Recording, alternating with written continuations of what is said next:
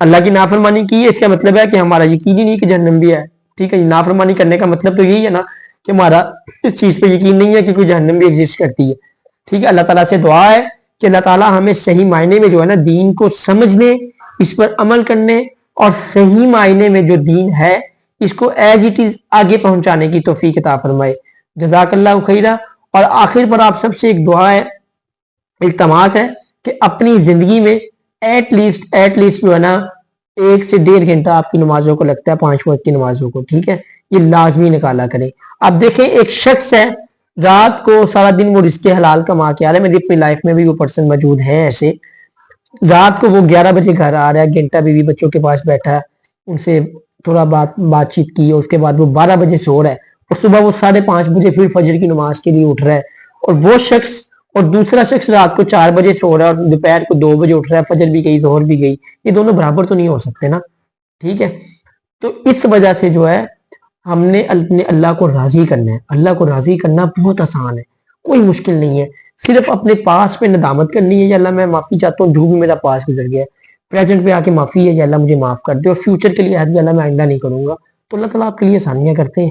ٹھیک ہے، اللہ تعالیٰ سے دعا ہے کہ اللہ تعالیٰ ہمیں صحیح معنی میں دین کو سمجھنے، اس پر عمل کرنے، اور 5 وقت کی نماز باجماعت تکبیر اولیٰ کے ساتھ ادا کرنے کی توفیق عطا فرمائے، اور جو ہے صحیح معنی میں دین کو آگے پہنچانے کی توفیق عطا فرمائے. جو ہمارے پر ایک فرضیت کر دی گئی ہے کہ ہمارے کسی نبی نے نہیں آنا، ہم نے جو اللہ تعالیٰ کا پیغام ہے وہ آگے لوگوں تک پہنچانا ہے. ٹھیک ہے، اللہ تعالیٰ سے دعا ہے کہ اللہ تعالیٰ مجھے بھی اس پر عمل کرنے کی توفیق عطا فرمائے. جزاک اللہ خیرہ.